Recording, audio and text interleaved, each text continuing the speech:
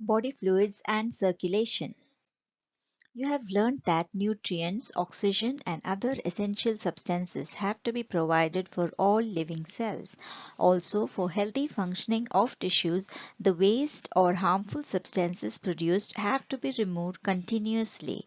For the movement of these substances to the cells and from the cells, it is therefore essential to have efficient mechanisms. Different methods for this transport have been evolved by different groups of animals. To facilitate the cells to exchange these substances, simple organisms like sponges and coelentrates through their body cavity circulate water from their surroundings. More complex organisms within their bodies use special fluids to transport such materials. Blood for this purpose is the most commonly used body fluid by most of the higher organisms including humans. Lymph, another body fluid, also helps in the transport of certain substances. Blood. The special connective tissue blood consists of a fluid matrix, plasma, and formed elements. Plasma. A viscous straw-colored fluid constituting nearly 55% of the blood is plasma. Plasma constitutes 90 to 92% water and proteins contribute 6 to 8% of it. The major proteins include fibrinogen, globulins, and albumins. Clotting or coagulation of blood require fibrinogens. Defense mechanisms of the body primarily are taken care of by the globulins and osmotic balance by the albumins. Small amounts of minerals like sodium ion, calcium ion, magnesium ion, bicarbonate ion, chlorine ion, etc. are also present in plasma. In the plasma, glucose, amino acids, lipids, etc. are also present as they are always in transit in the body. In the plasma, factors for coagulation or clotting of blood are also present but in an inactive form. When the clotting factor are absent in plasma, it is called serum, formed elements. Together, the erythrocytes, leukocytes, and platelets are called formed elements and nearly they constitute 45% of the blood. The most abundant of all the cells in blood are erythrocytes or red blood cells. On an average, a healthy adult man has 5 millions to 5.5 millions of RBCs per mm³ of blood. In the adults, RBCs are formed in the red bone marrow. The nucleus is absent in RBCs of most of the mammals and in shape they are biconcave. A red-colored iron-containing complex protein called hemoglobin are present in them, hence the color and name of these cells. In every 100 ml of blood, a healthy individual has 12 to 16 grams of hemoglobin. In transport of respiratory gases, these molecules play a significant role. An average lifespan of RBCs is 120 days, after which in the spleen they are destroyed. Leukocytes lack hemoglobin and they are colorless, due to which they are also known as white blood cells. Relatively, they are nucleated and are lesser in number, which averages 6,000 to 8,000 per mm of blood. Leukocytes are generally short-lived. Granulocytes and agranulocytes are the two main categories of WBCs. Of the total WBCs, the most abundant cells are neutrophils and the least among them are basophils. Foreign organisms entering the body are destroyed by the neutrophils and monocytes as they are phagocytic cells. Basophils are involved in inflammatory reactions as they secrete histamine and serotonin, heparin, etc. Eosinophils are associated with allergic reactions and they resist infections. The two major types of lymphocytes are of B and T forms. Both the lymphocytes B and T forms are responsible for immune responses of the body. Platelets are cell fragments produced by megakaryocytes and they are also called thrombocytes. Normally, blood contains 1,50,000 to 3,50,000 platelets per mm cube. A variety of substances are released by platelets, most of which are involved in the coagulation or clotting of blood. Clotting disorders are caused due to reduction in their number, which will lead to excessive loss of blood from the body. Blood groups. The blood of human beings, as you know, though it appears to be similar, differ in certain aspects. Various types of grouping of blood has been done. All over the world, two such groupings, the ABO and RH, are widely used. ABO grouping. ABO grouping is based on the presence or absence of two surface antigens on the RBCs, namely A and B. Similarly, two natural antibodies are present in the plasma of different individuals. You probably know that any blood cannot be used during blood transfusion. Before any blood transfusion, the blood of a donor has to be carefully matched with the blood of the recipient to avoid severe problems of clumping. From the above-mentioned table, it is evident that O group individuals are called universal donors group because O blood can be donated to persons with any other blood group. Persons with AB group are called universal recipients as they can accept blood from persons with AB as well as the other groups of blood. RH grouping. On the surface of RBCs of majority of humans, another antigen, the RH antigen, similar to the one present in rhesus monkeys, is also observed. Such individuals are called RH positive. This antigen, those in whom is absent, is called RH negative. The Rh negative person, if exposed to Rh positive blood, will develop specific antibodies against the Rh antigens. Therefore, before transfusions, Rh group should also be matched. Rh incompatibility has been observed between the pregnant mother and Rh negative blood of the fetus with Rh positive blood. In the first pregnancy, Rh antigens of the fetus do not get exposed to the Rh negative blood of the mother as the two bloods are well separated by the placenta. However, there is a possibility of exposure of the maternal blood to small amounts of the Rh positive blood from the fetus during the delivery of the first child. In such cases, the mother in her blood starts preparing antibodies against Rh. The Rh antibodies from the mother can leak into the blood of the fetus and destroy the fetal RBC in case of a subsequent pregnancies. This could cause severe anemia and jaundice to the baby or could be fatal to the fetus. This condition is called erythroblastosis fetalis. This can be avoided after the delivery of the first child by administering anti-Rh antibodies to the mother immediately. Coagulation of blood. You know that when you cut your finger or hurt yourself, the blood usually stops flowing after some time and your wound does not continue to bleed for a long time. Do you know why? The reason to an injury or trauma, blood exhibits coagulation or clotting. This is a mechanism performed by the body to prevent excessive loss of blood. You would have observed over a period of time at the site of a cut or an injury a dark reddish brown scum is formed. It is a coagulum or a clot formed by fibrins that are mainly in a network of threads in which dead and damaged formed elements of blood are trapped. Inactive fibrinogens are converted into fibrins by the enzyme thrombin in the plasma. In turn, from another inactive substance present in the plasma called prothrombin, thrombins are formed. For the above reaction, an enzyme complex thrombokinase is required. By a series of linked enzymic reactions, this complex is formed, which involves a number of factors present in the plasma in an inactive state. The platelets in the blood are stimulated by an injury or a trauma to release certain factors which activate the mechanism of coagulation. Certain factors released by the tissues can also initiate coagulation at the site of injury. In clotting, calcium ions play a very important role. Lymph.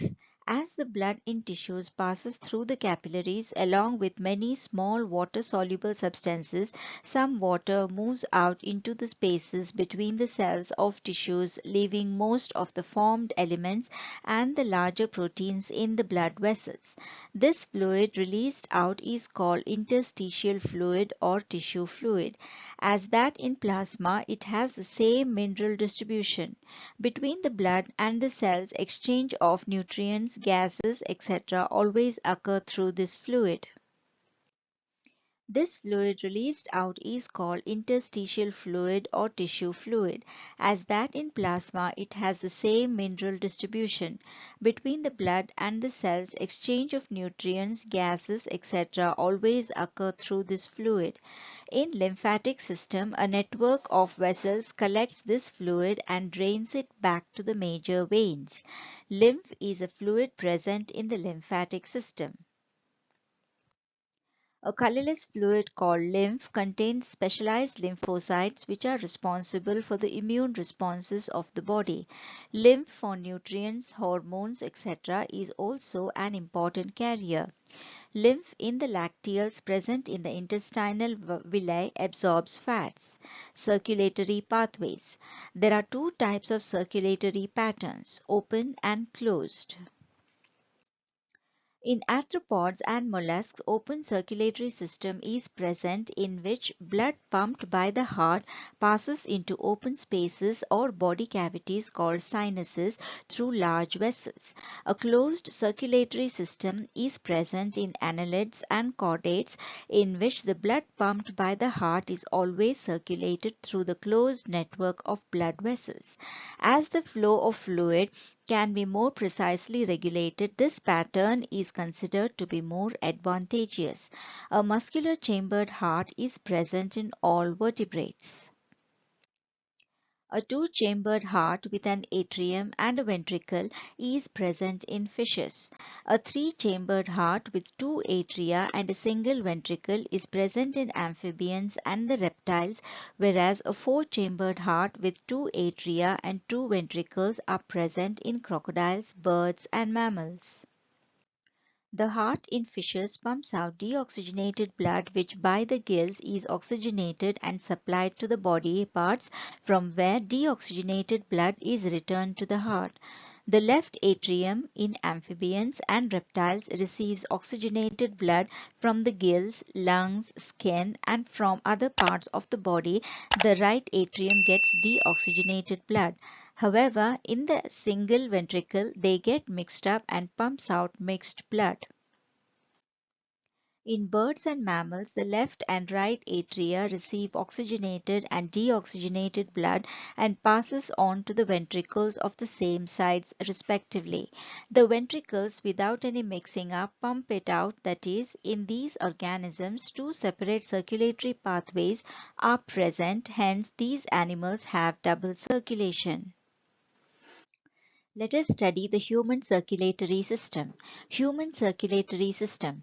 Human circulatory system, also called the blood vascular system, a muscular chambered heart is present which constitute a network of closed branching blood vessels and the fluid which is circulated the blood. The mesodermally derived organ, the heart, is situated in the thoracic cavity, slightly tilted to the left in between the two lungs. It has the size of a clenched fist. It is protected by the pericardium in double-walled membranous bag enclosing the pericardial fluid. Our heart has four chambers, namely atria, which are two relatively small upper chambers, and ventricles, the two larger lower chambers. The interatrial septum, a thin muscular wall, separates the right and the left atria, whereas the interventricular septum, which is thick walled, separates the left and the right ventricles. A thick fibrous tissue called the atrioventricular septum separates the atrium and the ventricle of the same side. Each of these septa, however, are provided with an opening through which the two chambers of the same side are connected. The opening between the right atrium and the right ventricle is guarded by the tricuspid valve, which is a valve formed of three muscular flaps or cusps, whereas the opening between the left atrium and the left ventricle is guarded by the bicuspid or the mitral valve. The semilunar valves are provided for the openings of the right and the left ventricles into the pulmonary artery and the aorta respectively. The flow of blood in the heart by the valves allow only in one direction, that is from atria to the ventricles and from the ventricles to the pulmonary artery or aorta. These valves prevent any backward flow. The heart is entirely made of cardiac muscles. The walls of atria are less thicker than that of the ventricles. In the heart, a specialized cardiac musculature called the nodal tissue is also distributed. In the right upper corner of the right atrium, a patch of this tissue called the sinoatrial node is present. In the lower left corner of the right atrium, another mass of this tissue is seen close to the atrioventricular septum called the atrioventricular node.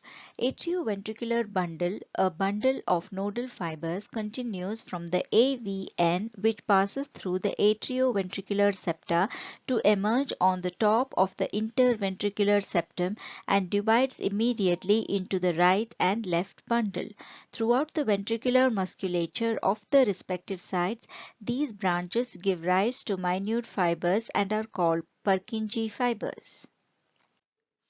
Along with right and left bundles, these fibers are known as bundle of His. The nodal musculature has the ability to generate action potentials without any external stimuli, that is, it is auto-excitable. The number of action potentials, however, that could be generated in a minute vary at different parts of the nodal system. A maximum number of action potentials can be generated by SAN, that is 70 to 75 per minute, and is responsible for maintaining and initiating the rhythmic contractile activity of the heart. Therefore, it is called the pacemaker. Our heart normally in a minute beats 70 to 75 times. Cardiac cycle. How does the heart function? Let us take a look. To begin with, in the heart, all the four chambers are in a relaxed state, that is, they are in joint diastole. As the tricuspid and the bicuspid valves open through the left and right atria, blood from the pulmonary veins and the vena cava flows into the left and the right ventricle respectively. At this stage, the semilunar valves are closed. An action potential is now generated by the SAN, which stimulates both the atria to undergo a simultaneous contraction, the atrial systole. There is about 30% increase in the flow of blood into the ventricles. To the ventricular side, the action potential is conducted by the AVN and AV bundles, from where the bundle of His transmits it through the entire ventricular musculature. Due to this, the ventricular muscles contract and the atria undergoes relaxation coinciding with the ventricular systole. The ventricular pressure is increased by the ventricular systole, causing the closure of tricuspid and bicuspid valves due to attempted backflow of blood into the atria. Further, as the ventricular pressure increases, the pulmonary artery and the aorta, which are guarded by semilunar valves, are forced open, allowing the blood in the ventricles to flow through these vessels into circulatory pathways. The ventricular pressure falls and the ventricles now relax, causing the closure of semilunar valves, which prevents the backflow of blood into the ventricles. Further, as the ventricular pressure declines, the valves tricuspid and bicuspid valves are pushed open by the pressure in the atria exerted by the blood which was being emptied into them by the veins. Once again, the blood now moves freely to the ventricles. As earlier, the ventricles and atria are now again in a relaxed state. A new action potential is generated soon by the SAN, and as described above, the events are repeated in that sequence and the process continues. In the heart, this sequential event is cyclically repeated and is called the cardiac cycle, which consists of systole and diastole of both the atria and ventricles. The heart beats 72 times per minute as mentioned earlier, that is per minute that many cardiac cycles are performed. It could be deduced from this that 0.8 seconds is the duration of a cardiac cycle. In each ventricle, approximately 70 ml of blood is pumped out during the cardiac cycle, which is called the stroke volume. Multiplied by the heart rate, the stroke volume gives the cardiac output. The cardiac output, therefore, can be defined as the volume of blood pumped out by each ventricle per minute, and in a healthy individual it averages 5000 ml to 5 liters. The body has the ability to alter the heart rate as well as a stroke volume and thereby the cardiac output. For example, an athlete's cardiac output will be much higher than that of the ordinary man. Two prominent sounds are produced during each cardiac cycle, which can be easily heard through a stethoscope.